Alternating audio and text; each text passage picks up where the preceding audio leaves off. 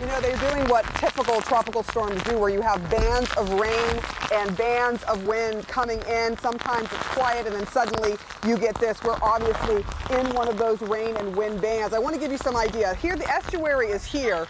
Just to the right of us is actually the bay, the Galveston Bay. But these places here are in very low-lying land. And so what you're seeing are people just making sure, how you doing? Just making sure that they have some of their stuff picked up. And folks, they're used to this. We've talked to a lot of the residents here who have said, look, we know that when there is a rain event that we are probably going to get flooded if it's really heavy rains. So they know to usually pick up most of the stuff in their garages and not put too many things there.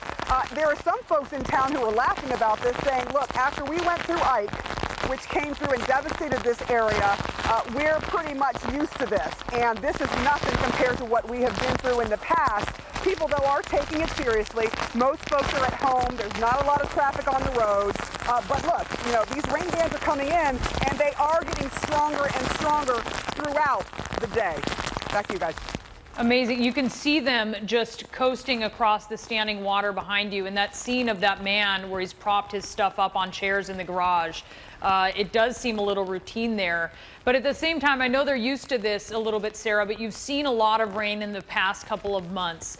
Is flooding really the biggest threat going forward here? Yeah, that is what the Harris County Emergency Management folks have been saying, that, you know, if you see a sign that's up that says high water, or that there's a blockage of a street, which they have blocked off some streets, do not drive through it. You're putting yourself in danger. And we saw that happen this past Memorial Day, where folks were, you know, driving along and all of a sudden flash flooding. So they're worried about flash flooding. They're worried about regular general flooding. This place obviously floods more than others because it's just low lying and it's surrounded on two sides by water. The Galveston Bay to our right and this estuary here.